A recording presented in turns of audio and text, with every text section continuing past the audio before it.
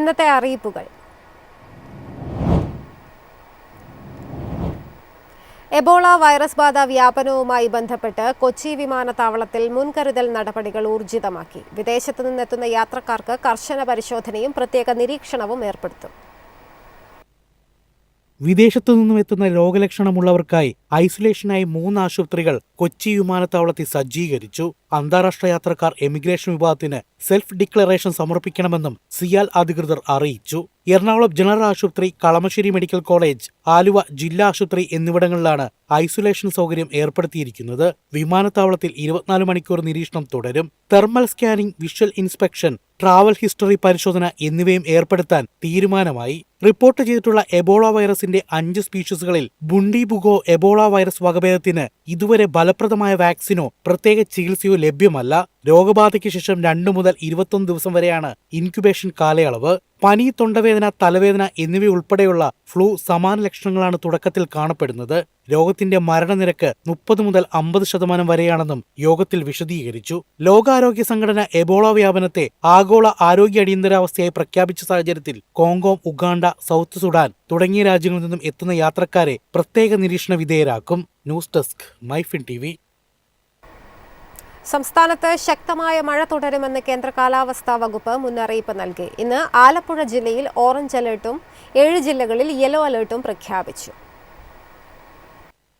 സംസ്ഥാനത്ത് അടുത്ത ചൊവ്വാഴ്ച വരെ ശക്തമായ മഴ തുടരുമെന്ന് കേന്ദ്ര കാലാവസ്ഥാ വകുപ്പ് മുന്നറിയിപ്പ് നൽകി. തെക്കുകിഴക്കൻ അറബിക്കടലിലും സമീപ പ്രദേശങ്ങളിലും രൂപപ്പെട്ട ചക്രവാത ചുഴിയും മധ്യകിഴക്കൻ അറബിക്കടലിന് മുകളിലുള്ള മറ്റൊരു ചക്രവാത ചുഴിയും മഴ ശക്തമാക്കുന്ന പ്രധാന കാരണങ്ങളാണ്. അതേസമയം തെക്കുകിഴക്കൻ ബംഗാൾ ഉൾക്കടലിന് മുകളിലായി സമുദ്രനിരപ്പിൽ നിന്ന് 3 കിലോമീറ്ററിലധികം ഉയരത്തിലും ചക്രവാത ചുഴി നിലനിൽക്കുന്നുണ്ട്. ഇതിന്റെ സ്വാധീന ഫലമായി കേരളത്തിനും തെക്കൻ തമിഴ്നാടിനും മുകളിലൂടെ കന്യാകുമാരി വരെ നീളുന്ന ന്യൂനമർദ്ദ പാത്തിയും രൂപപ്പെട്ടു.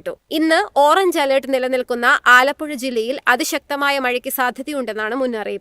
തിരുവനന്തപുരം, കൊല്ലം, പത്തനംതിട്ട, കോട്ടയം, ഇടുക്കി, എറണാകുളം, കോഴിക്കോട് എന്നീ ജില്ലകൾക്ക് യെല്ലോ അലർട്ട് പ്രഖ്യാപിച്ചിട്ടുണ്ട്. മെയ് 22 മുതൽ 26 വരെ സംസ്ഥാനത്തിന്റെ വിവിധ ഭാഗങ്ങളിൽ ശക്തമായ മഴയ്ക്കും ഇടിമിന്നലിനും മണിക്കൂറിൽ 40 മുതൽ 50 കിലോമീറ്റർ വരെ വേഗതയിൽ ശക്തമായ കാറ്റിനും സാധ്യതയുണ്ടെന്ന് കേന്ദ്ര കാലാവസ്ഥാ വകുപ്പ് മുന്നറിയിപ്പ് നൽകി. News desk, MyFin TV. പൊതുവിപണിയിൽ നിന്ന് 1800 കോടി രൂപ കടമെടുക്കാൻ കേരളം. UDF സർക്കാർ അധികാരത്തിൽ വന്ന ശേഷമുള്ള ആദ്യ കടമെടുപ്പാണിത്. കേരളം പൊതുവിപണിയിൽ നിന്ന് 1800 കോടി രൂപ കൂടി കടമെടുക്കുന്നു. റിസർവ് ബാങ്ക് വഴി ഇറക്കുന്ന കടപ്പത്രങ്ങളുടെ ലേലം 26-ന് നടക്കും. UDF സർക്കാർ അധികാരത്തിൽ വന്ന ശേഷമുള്ള ആദ്യ കടമെടുക്കലാണിത്. നടപ്പു സാമ്പത്തിക വർഷം ഡിസംബർ വരെ 23,000 കോടി രൂപ കടമെടുക്കാൻ കേന്ദ്ര സർക്കാർ കേരളത്തിന് അനുമതി നൽകിയിട്ടുണ്ട്. ഇതിൽ കഴിഞ്ഞ മാസം താൽക്കാലിക അനുമതിയോടെ എടുത്ത 4,700 കോടി രൂപയും ഉൾപ്പെടുന്നു.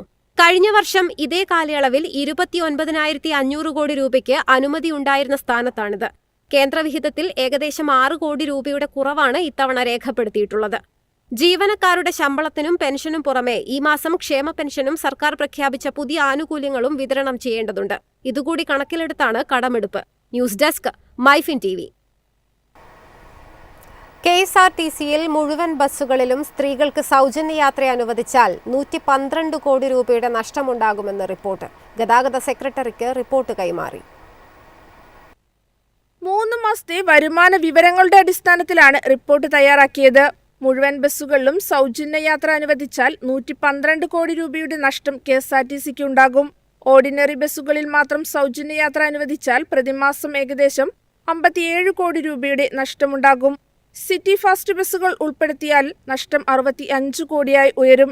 ഓർഡിനറി, ഫാസ്റ്റ്, സൂപ്പർ ഫാസ്റ്റ് ബസ്സുകളിൽ പദ്ധതി നടപ്പാക്കിയാൽ പ്രതിമാസ നഷ്ടം 90 കോടിയാകുമെന്നും റിപ്പോർട്ട് വ്യക്തമാക്കുന്നു.